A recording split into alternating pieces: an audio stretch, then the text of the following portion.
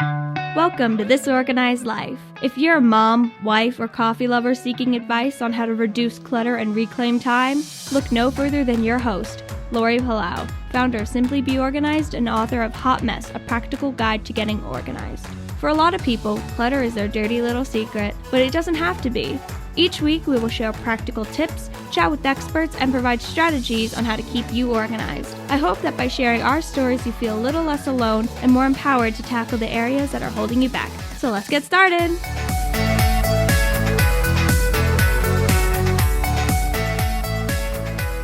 Everybody, and welcome to today's episode of This Organized Life podcast. I am your host, Lori Palau, and I am so glad that you are here. We've got a lot of new listeners recently. So if you're brand new to our show and you've just stumbled across us, welcome. We've got hundreds of back episodes that you can check out. We've got our quick tips of the week that we drop on Mondays. So lots and lots of content for you, as well as all on our website at simplybeorganized.com. And today's topic is something that I am so excited. I was actually just talking to our guest offline before I hit record, because we've done episodes like this in the past and I reference it quite a bit, but it is a very important part of living an organized life. And that has to do with financial clutter or clearing financial clutter. And a lot of you might be thinking, what are you talking about? I'm thinking about organizing my closets and my kitchens and my playrooms and all that. And that is great. However, our financial health and wellness is pivotal to reducing stress, living a calm, peaceful, simple life. And what does that look like? And the two of our how we spend our money, where we spend our money, why we spend our money, and the impact of our physical, emotional space, they're so intertwined. And so joining me today is Ashley Patrick. And Ashley helps people to figure out how to get out of debt. She's going to talk about her own journey where she paid off over $45,000 in about a year and a half, which is like crazy and so impressive. She also coaches people on finding freedom from the shame of past money mistakes. Maybe you didn't have healthy model behavior growing up. And maybe you just made some poor choices that ended you up down a rabbit hole. We see it all the time with people with organization and clutter. And there's so much shame that surrounds that. And oftentimes people feel like this is all there is. This is my lot in life. And she's here to tell you that there's a path out and walk with you. And I love bringing people like Ashley on because she's walked the walk. You know, she's not somebody that's sitting there that, you know, came from like not a trust fund baby that just can sit here and, you know, preach from the pulpit. She's somebody that has gone through her own journey and now has perspective that she's able to share with other people. She's also an expert in her field. She's helped hundreds of people pay off thousands of dollars in debt. She's been featured on Fox Business, Yahoo Finance, Food Network, USA Today. Oh, Food Network. Yeah, we'll have to talk about that. MSNBC, CNBC, NerdWallet, and this is just to name a few. So she's obviously knows what she's talking about. So if this is you or somebody that you know, make sure that you listen to this episode. Without further ado, let me welcome Ashley Patrick to the show. Hey, Welcome, thanks Ashley. for having me. I'm so excited. If we have time, we have to get to the Food Network because I'm like reading. I'm like all the finance. Wait, Food Network. Yeah, it was about grocery shopping and meal planning. Oh, there you go. Okay, that makes sense. I was like, were we sharing recipes? Okay, that makes total sense. Okay, so I gave our listeners, you know, a summary and an overview of who you are, what you do, but just in your own words, just let us know who is Ashley. Yeah, so I am a mom to 3 kids, wife, stay at home. Well, I never know how to define myself anymore because I work at home. I run two businesses actually, but I'm also, the primary caretaker and have to do all the kid things. So I feel like I'm both work at home mom and stay at home mom, which is a struggle, let me tell you. But I was a former detective. I was a police officer for over 10 years, and that's when this journey started. I grew up very working class family, not a lot of money, not a lot of good examples of how to handle your finances and things like that. And so this really has been a lifelong journey of learning from different people kind of along the way and putting all the pieces together that has worked for me. And whenever I decided to start paying off debt, whenever I was doing it, people were like, what if you die tomorrow? And like just telling me to stop living like I was destitute and all these negative comments, right? But once we got there and they saw that I did it and it was possible, it was like, oh, well, how can I do it too? And I kept getting the same questions over and over. And that's how Budgets Made Easy began was, I was like, I will just put this all on a blog and then I can just send people there.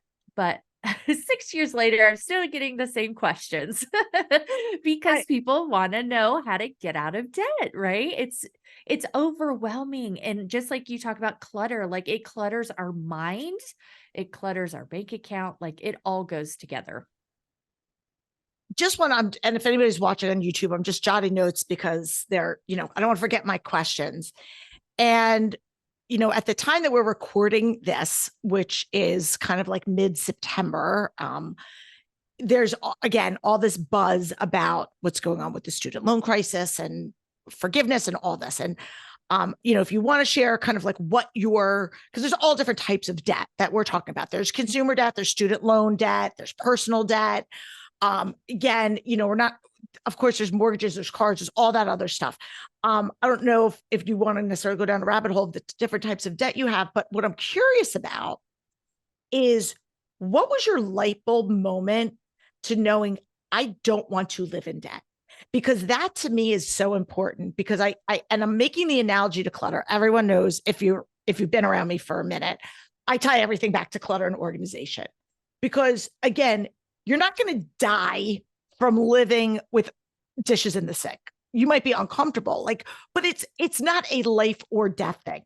It impacts how you feel. It impacts decisions, all these other things, but it is not life or death.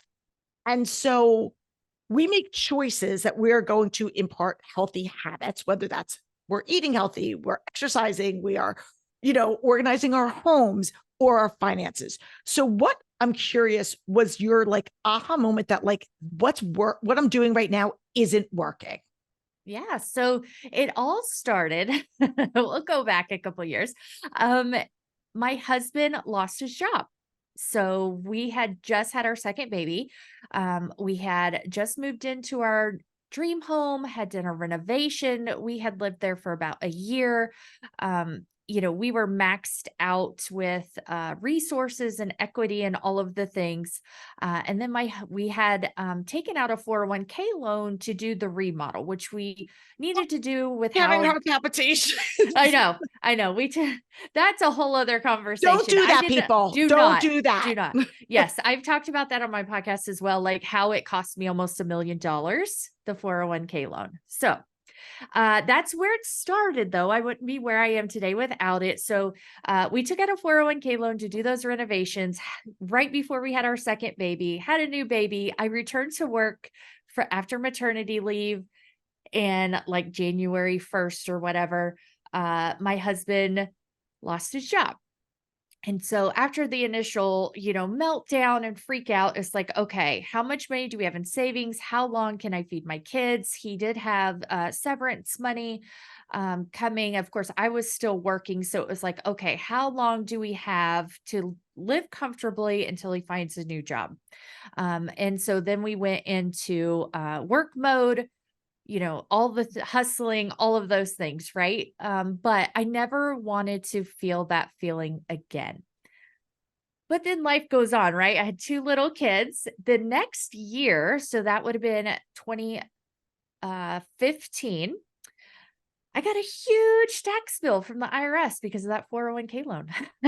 So when we went Oh. to do our taxes, we went from getting back, usually like $4,000, and we owed over $6,000. So it ended up costing us like $10,000 just in that year alone on taxes, which was half of what I owed on the 401k loan. We owed like So again, we're not 19,000. we're not a finance podcast, but Yeah. just to kind of dumb it down, people. Yeah.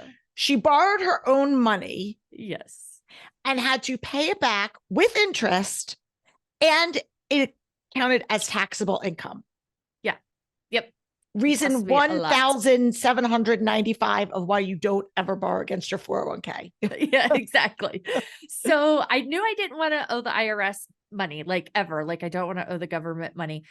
So I was like, okay, how are we going to pay back the IRS? I didn't want to empty our savings because my husband had already lost his job once, right? I want cash on hand to feed my kids. And so I ended up doing a 0% credit card. Like I put it on the credit card. And then I was like, how am I going to pay this off in the 18 months, Ashley? And so I started looking for ways to pay off debt.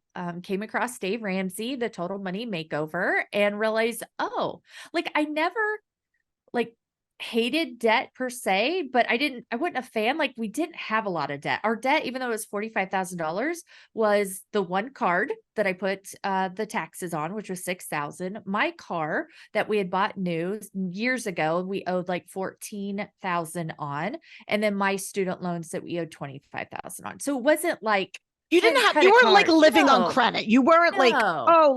you weren't like going on Exactly. vacations on credit and not paying it off. No. So, and every time we took debt on, we always paid it off early anyway. So, but it wasn't like we were allergic to debt. It like we'll use it when we want to, right? But it wasn't like, oh, I'm gonna just pay the minimum and keep it forever type of thing. Sure. Like we still paid it off. So I started on this journey and realized, oh, I could be completely debt free, right? Because I had the student loans that had been hanging out there for 10 years, and I had only paid off $3,000 in 10 years because of the interest rate and everything else. So it was like, okay, let's like make this our goal. We dove in.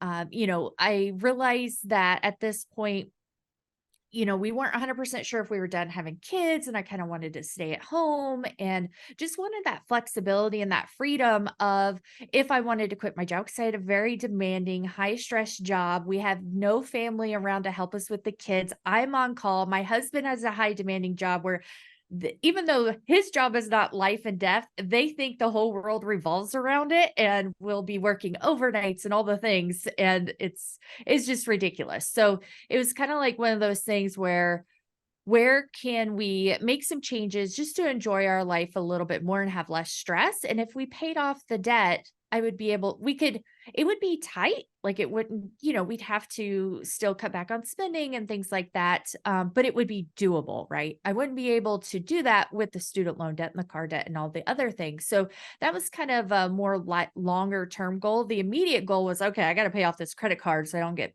charged all the back interest. And so that is really what started this debt payoff journey. And then we rocked it out. Like we paid it off a year earlier than like our initial plan was, because we sold a lot of things. Like I decluttered. I sold literally anything. I was going to ask, I would think that the byproduct of your debt-free journey had to have a positive impact when it came to decluttering and organization, because you're not spending money on just let me go to Home Goods and pick something up, or let me run to Target. And you know what I mean? You're being so intentional with your money that you're not overspending in that sense. Yes. And again, a lot of people, when they embark on a debt-free journey, will look to sell things that they're not using or no longer need to. Yeah. Oh yeah. I cash. sold like pictures off my walls, like lamps, like if you wanted it, you could have it. Like I was selling everything. But yeah. And then on the flip side is I wasn't buying new things either. Right. So it really helped declutter just our space. And what I found through the process, and that I continue to see is true, is that when people start working on improving one area of their life, specifically for me, finances, for you, decluttering, everything else starts to come together. It's like, oh, I can do this. And they get that feeling and that win, like, oh, I got that. What else can I do? And it just seems to flow together. You start improving your finances, you improve your mindset, you improve your living space. You just really start to take this holistic approach to life and in improving yourself as a person. And it just always seems to come together and you start improving other areas as well. And same for me. I love it. It is so true. And like kudos to you and your husband for having the discipline. Now, speaking of which, I want to ask you, because again, this is another pain point when I talk to a lot of people, is getting everybody on board, because you're Yes. talking about the joint decision to be intentional with your money. And not that you guys weren't before, not that you guys were crazy spenders or whatever, but excuse me, you were making some behavioral changes, some modifications, whether it was just for the time being or lifelong, what turned into be like a lifelong pivot. And it's hard to when you're in a family unit to make those decisions by yourself. And I see this also with people that maybe they want to embrace minimalism, or they want to change and one spouse is a spender and wants to buy things and the other person is not. So can you walk us through that relational dynamic between you and your husband? Oh, yeah. And I will preface this by saying I married a very good man. Like, he is such a good husband, which is helpful, right? Like, he's not selfish, he's giving, he's a hard worker. He's just a very good partner in life. And he's used to me just diving into these random sporadic ideas. So, it was just like, okay, what is she doing now? I read the book and I'm all in, and he's like, yeah, whatever. And so I try and get him to read the book. He won't read the book. So what I did was I already managed the finances. So I was doing whatever I wanted anyway, right? But he still needed to be mentally on board with the plan. Like, cause he's a hoarder too. Like, he's a Kansas farm boy. They save everything because you never know if you need it. You never know. You Exactly. never know. And I didn't grow up that way. He also did not grow up in a family where he grew up in a much more stable financially and physically more stable environment than I did. So he and his parents have a different mindset around money than mine. So his mindset is one of abundance. I can always make more money. I come from a mindset of there's never enough. I have to save it all. And so we have to balance each other out. And that comes with compromise as well. And so some of the things I did to he went along with my crazy ideas all the time. And that's what he did this time. He was just like, okay, Ashley, how long is this going to last till she moves on to something else? And so he's just like, okay, whatever. But he really wasn't fully like getting it, like why we were doing it, what the long-term goal was, like, why do we need to, cut back on spending, things like that. And so what I would start doing is playing podcasts in the car and just having it play and play and play. We took a long trip to Kansas. Were you like just listening to Debt Free Scream after Debt Free Scream? Yeah. Yeah. And then we took it's an 18-hour drive to Kansas. And so 18 hours, he's just listening to this like the whole way. And then, finally he was starting to get it, right? It's a slow process. And then, something else that my husband and I do very well, and we always have, is dream together. Even though it may be unrealistic or it might not be like happening anytime soon, we really dream together about what we want our life to look like, the things we want to do, what we want to do when we retire, like all of those things. And in our discussions with him and saying, hey, look how much we paid off. Look, we could put, running the numbers myself and then just showing it to him and be like, hey, if we keep doing this, we can have this paid off in a year and then we can do XYZ. So for him, it's kind of like the extra payoff. Like, hey, if you do this, then you can have those tires you want. You can go buy the skid steer you want, all these types of things. Cause that's like the stuff he doesn't do, like the shopping, but he does a lot of spending because his stuff he wants is thousands of dollars, right? Like he wants big stuff where I buy a lot of little stuff. So kind of correlating the two for him, like, hey, once we do this, then you can have that. And that worked really well. But just dreaming together, knowing what you want out of life together. I mean, you're a partnership, right? And that's the same goes for your finances and your long-term dreams and like what are you doing together? What do you want to do? That's the whole idea of marriage, right? Partnership and spending that time together. Same goes for your finances. And so um, just getting on the same page, even if it's a slower process, they are probably not going to dive right in like like you or me. Once Right. you get an idea, it's like, all right, I'm all in. It's okay if they are a little bit slower, right? We're not all the same people. We have different backgrounds, different mindsets about money. So you just kind of have to figure out what's going to work for you two and how you're going to get there, like how you're going to compromise on it and work together. Yeah. And I think I love everything that you said, but I think also, and we're going to take a break in a second, then we'll come back and continue the conversation. I think there's a couple of things is also having that plan of how are we going to get there? Because a lot of times we have a goal, like we want this, like I want to live in, I don't want to be stressed about money, or I want to have the freedom to go on vacation or quit my job and stay at home with the kids. Like we want, and we have these goals, and even if we have them together, where a lot of people kind of fall sideways is they don't have that actionable step-by-step plan of how are we going to get there? Like, what is our roadmap of how do we get there?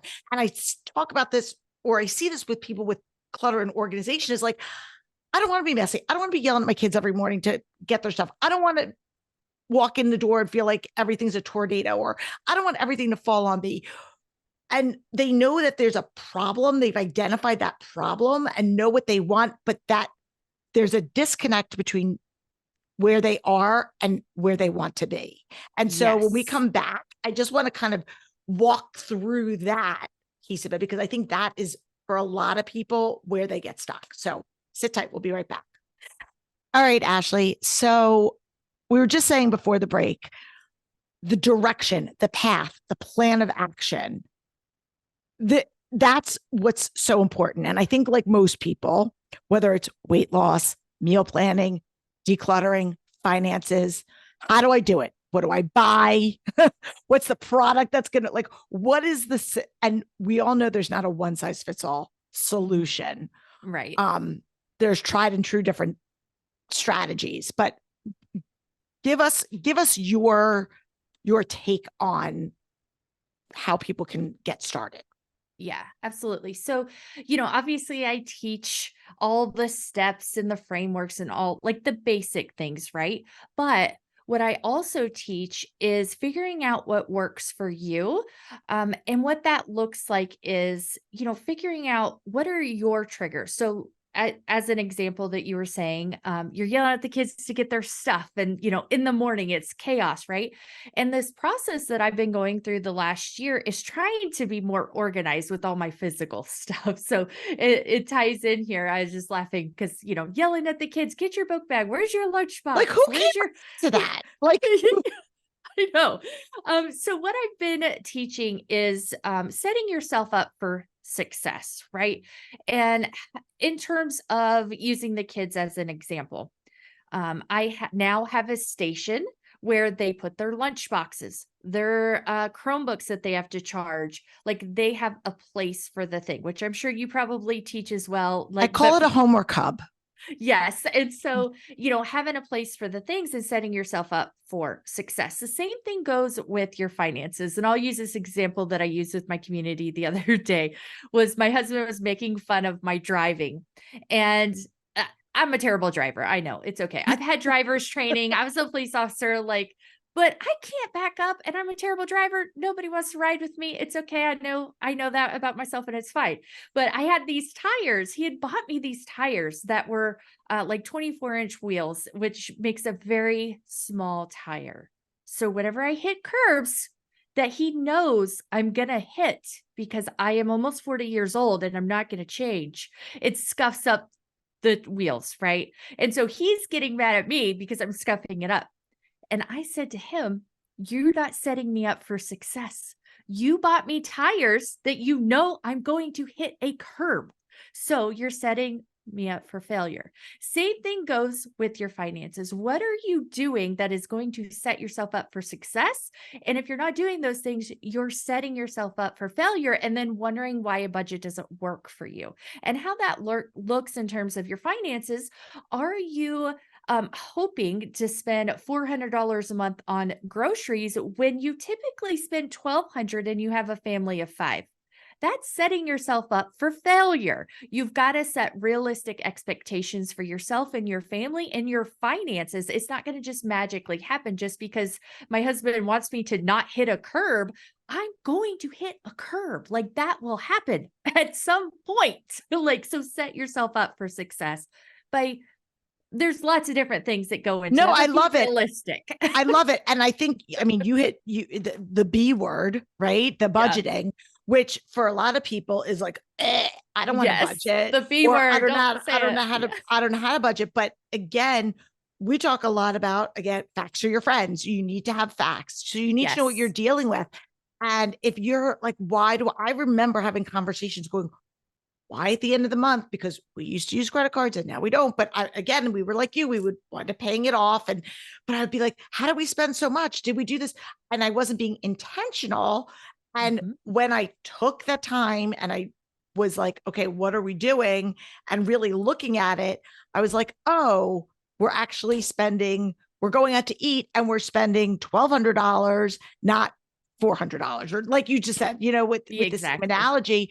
Or I don't go shopping, and then you're like, oh, wait a second, I've got all of these charges from Amazon. Yeah, exactly. And so that intentionality is so important, and that's a hard look in the mirror for people. Yes. Yeah. But it's also important to kind of try to take the emotions out of it when you're Mhm. making the logistical decisions, because money does not have any, like, it's just an object, right? But how we feel about money, how we handle money is because of our own perspective, our own relationship with money, our own experiences. And that's not the same for everybody. Money is just an inanimate object that can, it gives you options, right?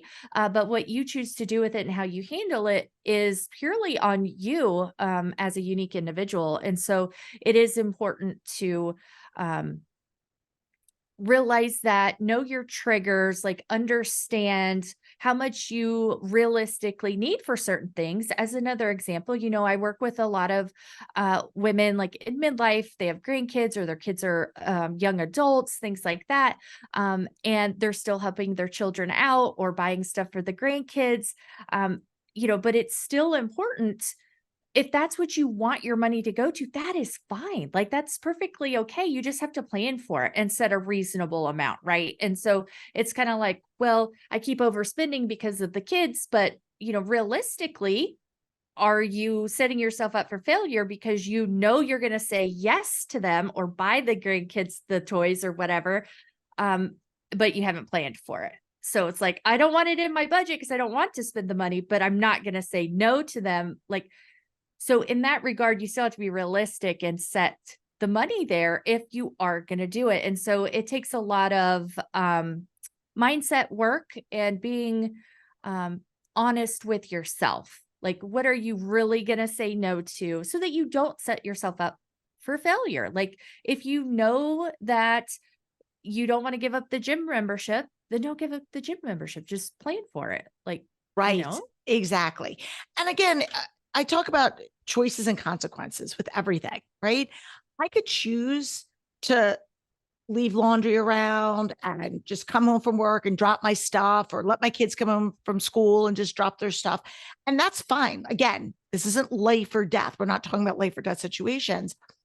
The result of it, though, the consequence of that is things are going to be messy or disorganized or maybe chaotic, or maybe if your kid doesn't unpack their backpack, there's going to be a permission slip that doesn't get, like, there's all these things, right? So again, not worst case scenario, that's your choice. That in the morning you're running around.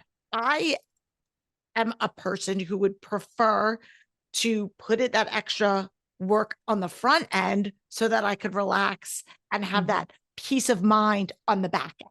And that's, I think, similarly to how I like to approach budgeting or not budget or just the finances is if you can plan and be proactive, then things are always going to come up unexpected, right? That's life. But right. the more that you can choose to be proactive, then the byproduct of that is that freedom that comes from not having like the chaos of being like, where are we? And we're in debt and we're strapped. And what does that look like for us? And I'll also mention for the people, because a lot of my women, at least, they avoid it, and a lot of people in general, right? They don't want to Yes. deal with their finances, so they just avoid it, is to really dive deep into why you're avoiding it. Because you know how our minds work? We avoid it because we just don't think we have the time or the energy. But when you do it, it's like, oh, that wasn't that hard. And that took me like 15 minutes. Why have I been putting it off for 6 months type of thing? Right. So it's important to kind of like recognize why you are avoiding something so that you can be like, oh, okay, I can do this and just work through it. Otherwise, you'll just keep avoiding it. And, there are legitimate reasons people avoid it. But once you work through that, then you can start to make progress instead of beating yourself up because you're avoiding it and then you're calling yourself lazy and you just don't want to do things. And so I think it is important to kind of, as you're working on this whole journey, to recognize and identify some of those triggers that might be holding you back so that you can move past it so you can do better in the future too. I love it. I want to talk about kids. I want to talk about opening the door and the conversation. And we've had, for people that have been with us for a while, or they may remember, I had Rachel Cruz on, who is part of the Ramsey team. She was, and I'll link to that episode in our show notes. And it was right when she released her latest book, which is, where's Rachel's book? Know yourself, know your money, right here. I'm plugging Rachel's book right here. And she was talking about it because, again, we went back to the earlier conversation of how we all view money. And so some of us, that's through our own lived experiences, our family of origin, all the different things. Like, what was money something that was talked about? Was there an abundance of it? Was there no money? Or, was it something that we'd never discussed, whatever. And so this is really great. And if you want to just learn a little bit more about yourself and have some language, this is a great place to start. But I want to talk a little bit about kids, because now you are in a situation where now you're a mom and you've kind of gone through your own journey. Now, I don't know how old were your kids when you did your debt-free? 2 and then a newborn. Okay, so they were like too young. You weren't like having conversations of like, we're not going out to eat because of this. But there might be somebody that's listening that is at a season of life where their kids are at home or older or teenagers or whatever. And they're like, okay, we're going to do this. And I want to bring up the conversation. So whether it's bring up a conversation of healthy habits with money and finances, or we're going to embark on this, and how do I explain that to the kids that are used to us, like going out to eat all the time or going here, or me just giving them money or whatever it is. And now we're going to be changing. I'm wondering just how you can walk us through that conversation with, and minors. so kind of how I implement it myself as well. My kids are still pretty young, so it's not like I'm having them sit down and we're practicing doing a budget. No, it's more in the day-to-day conversations, right? And so from a young age, my kids know that like when we go to the store specifically to buy them something, they have a limit. So they have a budget and they are very good with sticking with that budget, like not asking me to go over those types of things. And so what we do for kind of bigger things, let's say, like when we're getting ready or we're saving for a vacation, like we don't take a lot of vacations because we're a family of 5, it's super expensive. But this year we went to Belize, and it was our first international trip, first time we've all flown. Like it was a lot of fun. That's a nice trip. Yeah. My in-laws actually have a house there, but it was still, it was very unexpected how expensive things were, even though we didn't pay for lodging, but that's a whole other conversation. But as we're like planning for these bigger things, that we explain to them, okay, this is going to cost quite a bit of money. And so in order to do that, we can't do this. And same thing goes for like birthdays. So two of my kids have September birthdays. This is like top of mind right now. And what my daughter and I were discussing as she was planning her birthday party, because she knew what her budget was. And, she wanted decorations, food, then her birthday presents. And so she knew how much she had for each thing. And she was very good about, okay, I've got $20 left for decorations. I'm going to move that over to food. And so, it doesn't take a lot of time. And if the younger you start, the better, obviously, but it also doesn't have to be like super detailed for them to understand. Like she just turned 10 and we've been doing it this way for a couple of years where she knows like, okay, this is your limit. And obviously she can read the prices and can add and all of that. So, really the important thing for people to do with their kids is to get them to buy into the bigger vision, right? So if it's a trip, do they want to go to Disney World? Do they want to take a trip to Great Wolf Lodge? Or, I have one family I'm working with, they're going to Hawaii in 2 years. And it's keeping that end goal top of mind. So having visuals around the house, reminding them, hey, we need to put so much money in for that trip. So, we can't do both. And I'll say that a lot to my kids. We can't do both. So you have to pick one. There's not enough money to do both things or do that and this. And so they have to make a decision. So it's a lot of little things like that through the year, right? Like through months and months and different things where they start to learn that. But especially as the kids get older, it's important to have them to buy into it and to understand why you're saying no. I think it's great to talk with kids about finances. It doesn't need to be this taboo thing that nobody talks about, right? Of course, I would say that I'm a financial coach, so that's what I do all day anyway.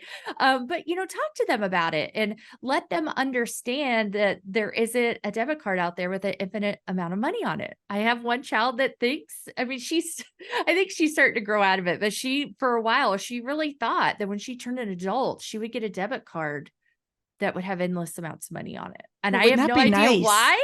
I don't know where this came from. But yeah, they need to understand how the world works, how money works. They get a paycheck. That's what they have to work with.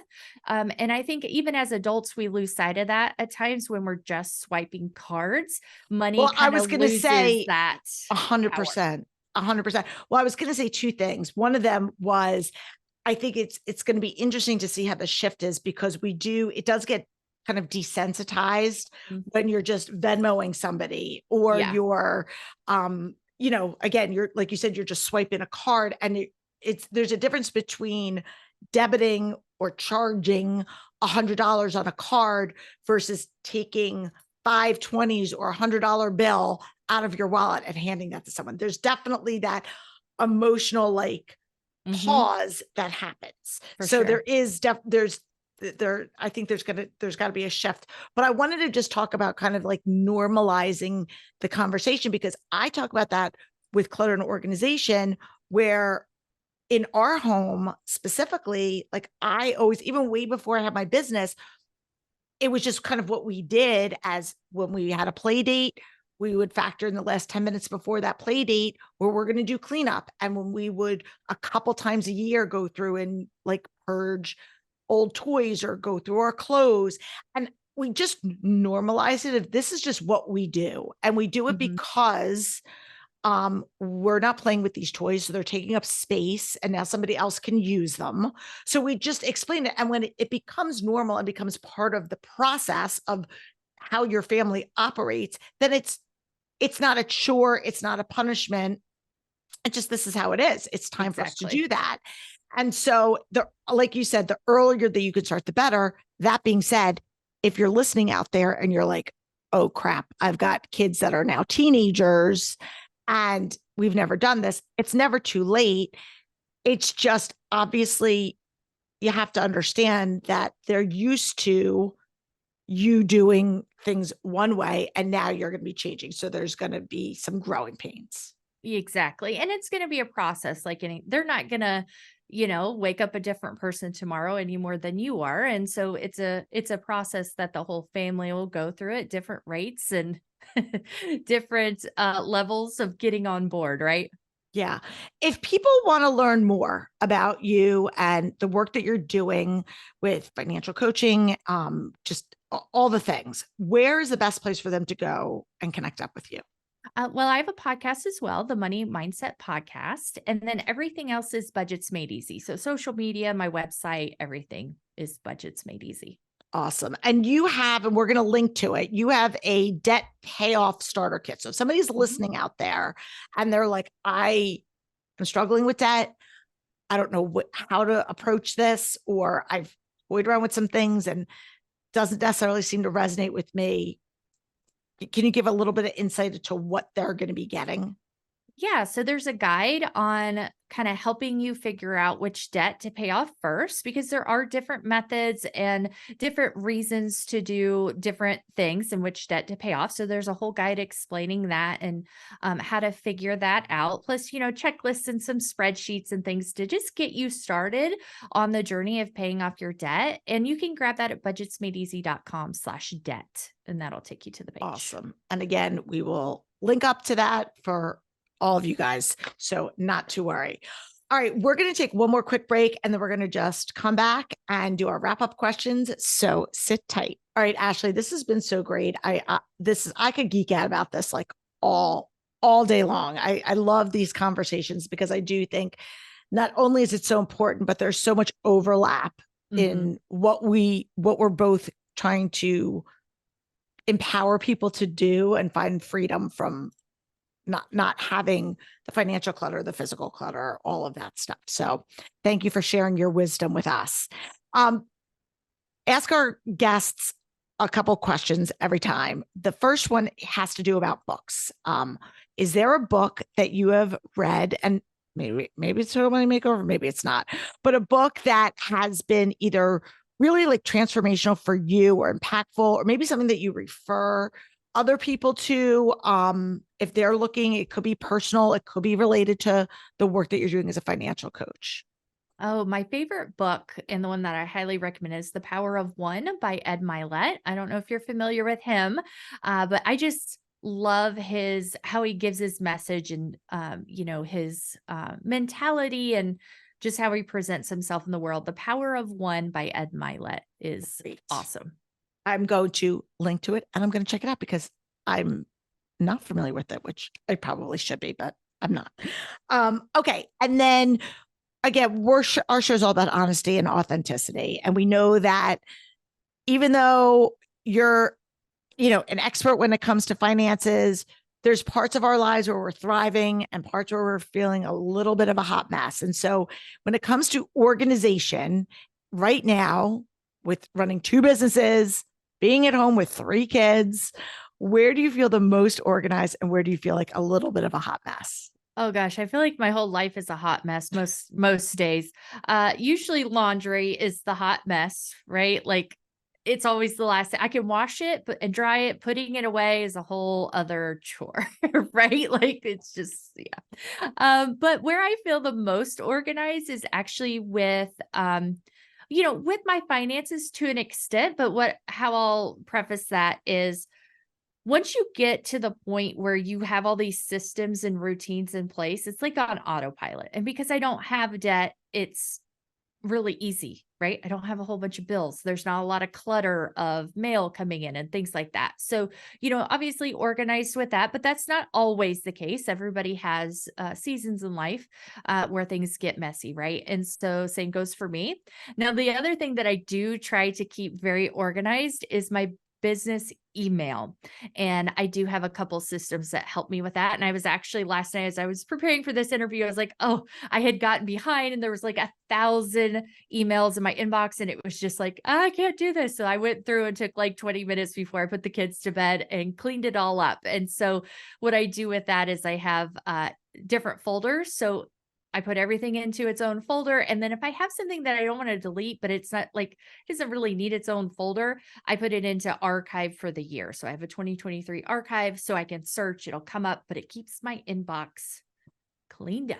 Nice. I love that little hack. Well, thank you. That was an added digital detox bonus. There you go. Thank you. And our listeners, I'm sure, will thank you too, because again, That's a huge Oh, clutter it's stressor for so people. many emails. Like, It's so many. It's unbelievable. I know. It's unbelievable. It's like, oh, I want your opt-in, but please. I don't need to have like thousands of emails. And trust me, as a content creator, I can relate to that. So Yes. I Same. know. I know.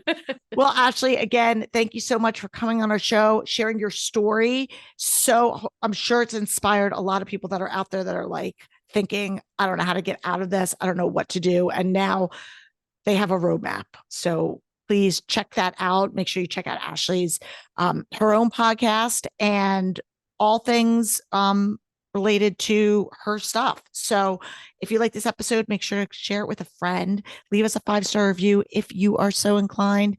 And until next week, I'm Lori Palau. Peace out. Thanks for tuning in. If you like this episode, please spread the love and share it with your friends. And if this is your first time joining us, make sure to click the subscribe button wherever you are listening so you never miss an episode.